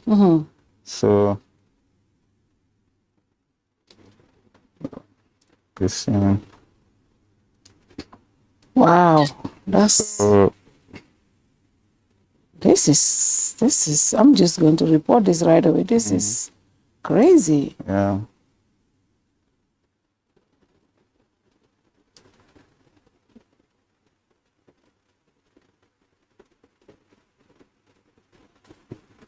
Wow.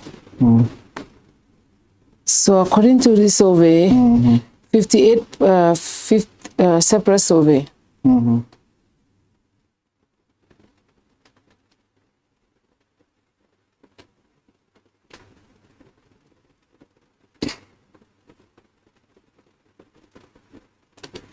58%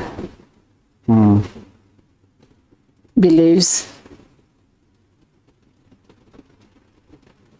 President Barrow is doing worse. Is doing worse compared to President Jammeh. The previous president. Oh. Wow. Wow, this is so.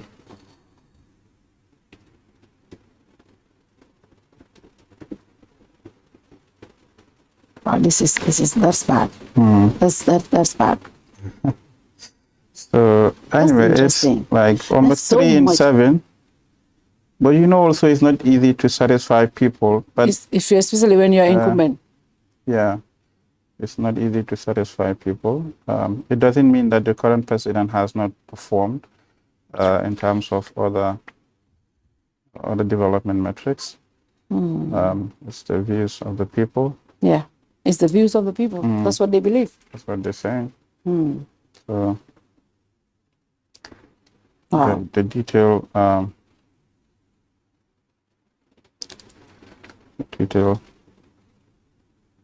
Wow. Interesting the details. detailed analysis. This question is not showing.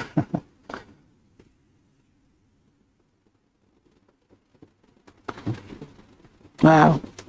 Interesting. Okay, it's not showing here.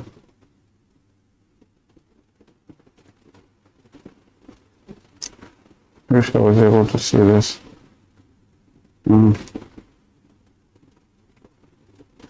Okay, so maybe I show you the regional. Over 50% of the young people. The regional characteristics of that response. Yeah. So, see. So the regional characteristics of that. So, look at, for example, look at Basse. Majority of the people in Basse are saying the government is doing better. The current president is doing better. Okay. 40% is doing better than the previous president. In Basse, you can see 40% in Kuntauru. And it's very consistent, the same areas. Yeah. But if you look at in Kanifing, much worse and worse. And Brikama. These two, you find that they are look, in Brikama, cumulatively in Brikama is about 70%. 70%. In Mansak, where else? In Brikama, in Kanifing, it's about 54% cumulatively. Yeah. Then the government is, the current president is doing much worse than. In Banjul, about the same, 27%. Better, 7%. So Banjul is more balanced response. But in Brikama and Kanifing, it's strongest in favor of the previous president. Then Basse, Kuntauru, Mansakonko, Keron is also balanced like Banjul. Yeah. If I'm the incumbent, I will be working to improve my standing in Brikama, Kanifing. No, they need to really work there. If you look at consistently. They need to work. Consistently, especially Kanifing, Brikama, consistently have not tilted towards the government. If they win the presidential, they will lose in all the local government elections. That's the indications we're getting, because you look at, I said this after the presidential election in 2021, in the National Assembly elections, popular vote goes to the UDP because they were winning in large concentrated areas in Kanifing and Brikama. Then you came to the mayoral and elections, you see the same trend. You came to the councillor election, the same trend. And this is exactly what the survey is saying. So if, for example, nothing has changed. The NPP is able to get coalition with other oppositions, and they're able to win the presidential election. If they don't do something about this, they're most likely going to lose. The scenario is going to persist. Banjul is much balanced in terms of their responses. Wow, this is so a lot of information here. There's a lot of information. A lot of insights. Wow, this is. I expect this time. I expect them to come. And take this I definitely want all these actors, all the major political players should come. Even the councils also. Brikama area council, Kanifing, all of them. They should all come. Take the data. Look at what is happening in your region. It helps you. If you want a further analysis of just what is happening, you can also do that. Just focus on the Brikama, responses coming from Brikama, and you do detailed analysis. For that. And do we have scenarios where, because I know in the West, all political parties, major political parties, even in Senegal, they do their internal pollings. They do internal. I don't know if Maki used to do. Here I know one or two people who do internal pollings, but do you see a lot of that? Because you guys are a research center. No, because it's important to do these internal pollings and have your data and make sure you walk across those data. I've not seen any party doing a rigorous. Somebody is telling me, why am I giving them free advice? Why am I giving the incumbent? I'm just telling them what they need to work on. This is for us. This is the project that we sign up to. And he said we are giving free advice to the incumbent. As part of we are just telling everybody where they need to work on. Because, for example, the incumbent, they are not dealing well with young people. Over 50% of young people intend to vote for the opposition. Over 50% of women intend to vote for the opposition.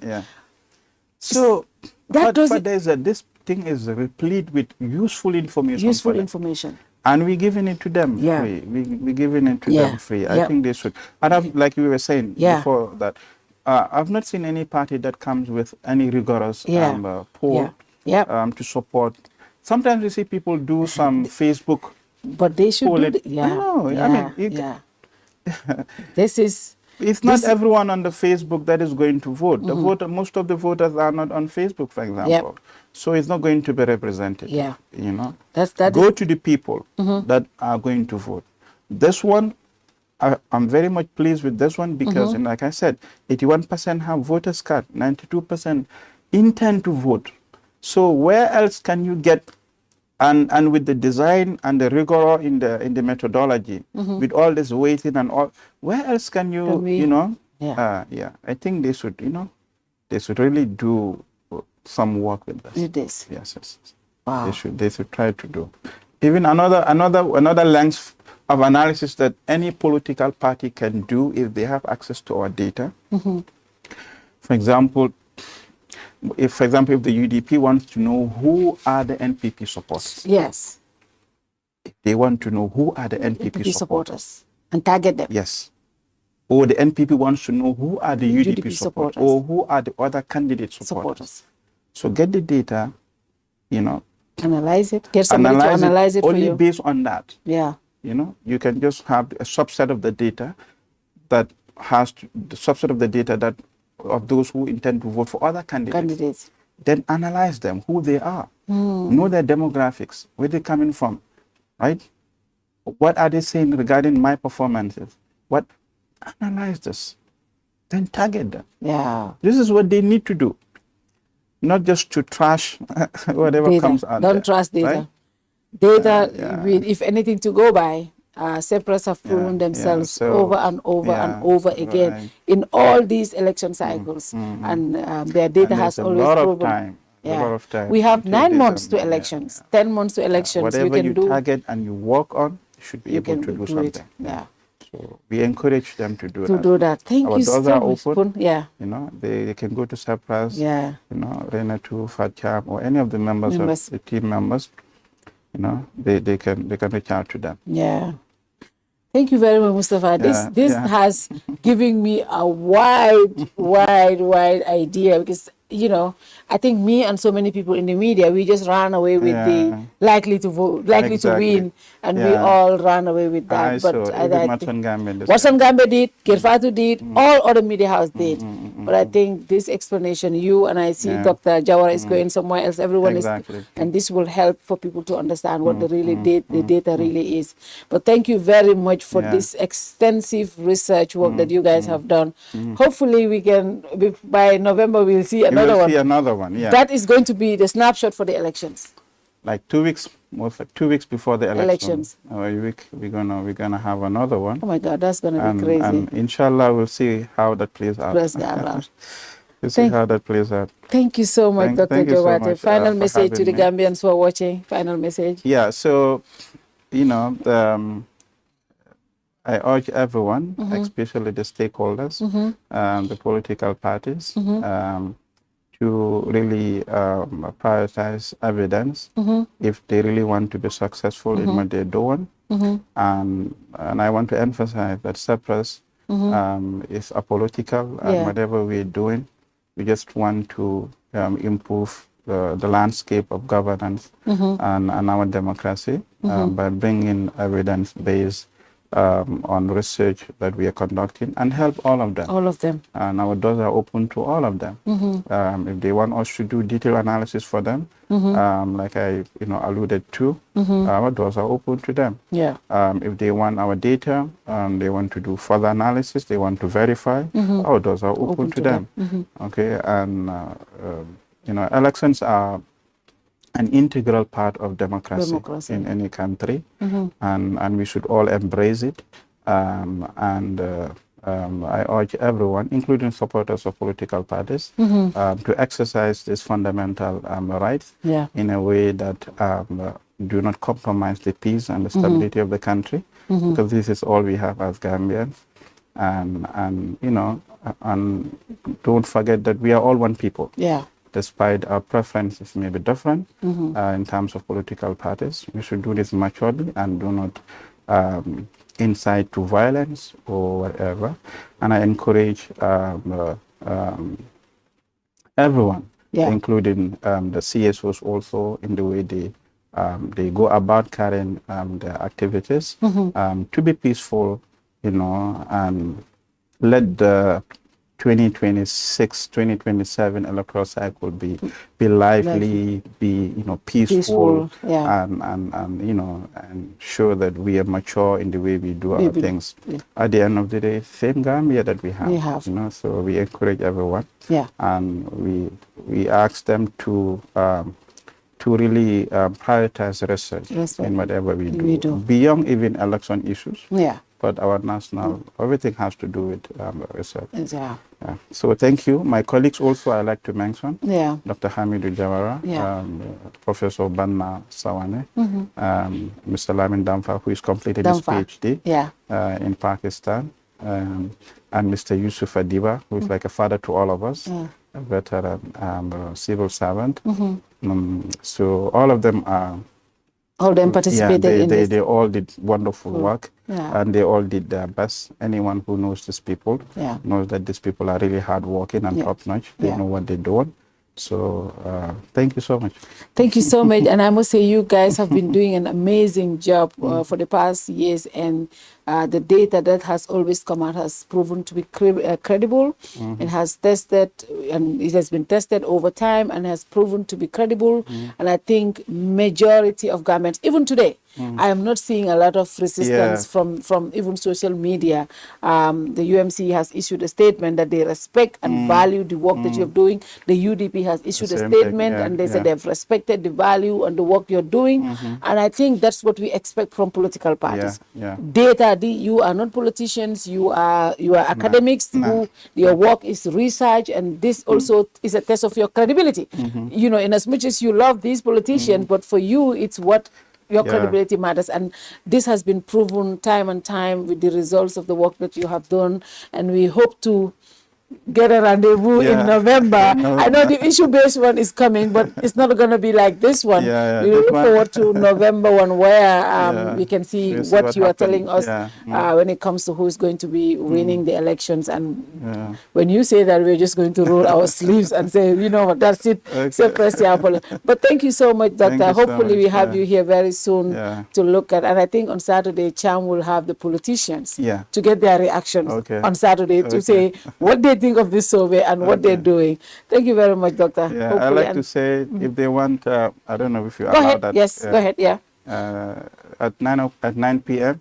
My colleague Dr. Jawara will be on QTV. On QTV, I saw it. Yes. So anyone who wants further analysis can listen to it. And he's going to be there with politicians. So I want to see how that goes. Haji and Savali will be on that platform with him. So hopefully, I wanted to make this so apolitical. I just wanted one person, an expert analysis. That way, you know. But thank you so much. If you wanna, Dr. Jawara will be on QTV at 9 p.m. with Savali and Haji Samari from UDP. Yes. Thank you very much. And thank you, Damfa. You are all the way in Pakistan, right? I know he must be online. I'm sure he's watching. He's watching. Damfa, you know, thank you so much for your team there. You guys are doing an amazing job. Thank you so much. Thank you so much. And to the viewers watching, good night to you all. See you again next week with another guest. See you again. Bye-bye. Thank you. Bye.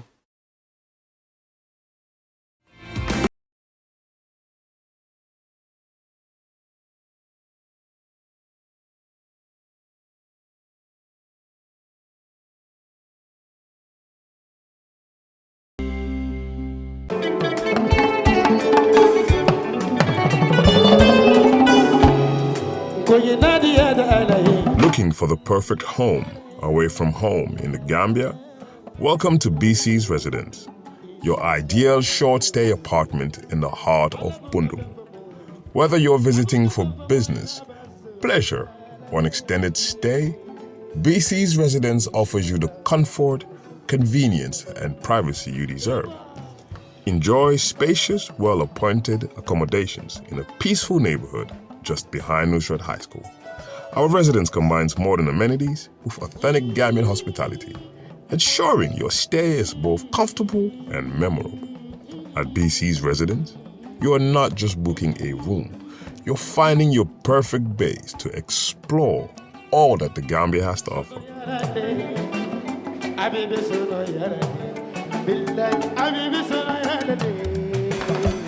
Ready to book your stay? Contact us today. +220-941414. BC's Residence at gmail.com.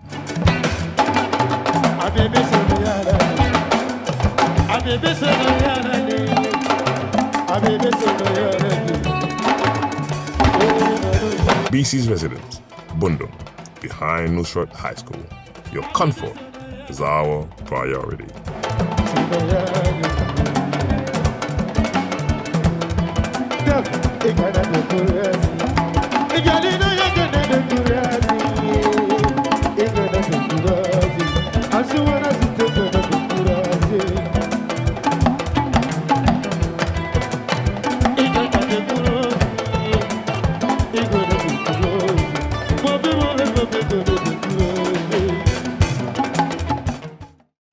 Ja Oil ñoom ñoo jiitu si wàllum jaay essence si biir réew mi te ñu def ko warugal pour kontaan loo suñu client yi boroom moto yi ak driver yi seen jaaxare jeex na léegi pour am essence bu baax ak njëg bu yomba lii sax moo tax ñu amal leen banxaas fépp si biir réew mi pour essence bu baax bu set benn place rek la muy Ja Oil soo soxlae essence bu set essence bu baax gasoil wala kérosine naa la wax ne Ja Oil rek mooy jëmukaay ga doxantul rek si bépp banxaasi Ja Oil nga am si bànneex ak Ja Oil seen bànneex mooy suñ taxawaay moo tax ñu amoon leen banxaas bépp si biir réew mi nim gën a yombee pour yow ak suñ liggéeykat yu xarañ yi naa la won ne mbégte rek nga see jël pour am essence bu baax pour say machine fenn place rek la mooy sa Ja Oil ak Ja Oil bànneex kese la moo tax sax suñ station si nekk ca Costa Road ak Banjul wàññil nañ leen njëgi essence bi foofu noonu pour am si lu leer mun ngaa call si 770-8080 322-9070 714-7273 wala 787-1321 Ja Oil, the pride of the nation. Because we take pride in satisfying every customer's financial needs.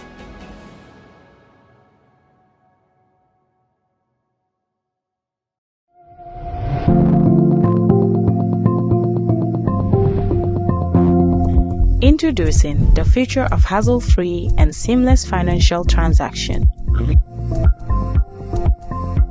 The Wallet app, empowering you to effortlessly manage your money anytime, anywhere. With the Wallet app, you can now enjoy branchless banking, wallet-to-wallet transfer, wallet-to-cash, and bank cross-border payments. Deposit at a bank and withdraw from any Una branch. Get ready to experience the ultimate banking convenience with the Wallet app. With just few taps on your phone, you can effortlessly add funds, withdraw, and send money to your loved ones. The Wallet app also provides a detailed history of your transaction, making it easier to track your expenses. So, what are you waiting for? Download the Wallet app today on Play Store or App Store and say goodbye to hassle of traditional banking. Forex Bureau Limited, delivering much more than money.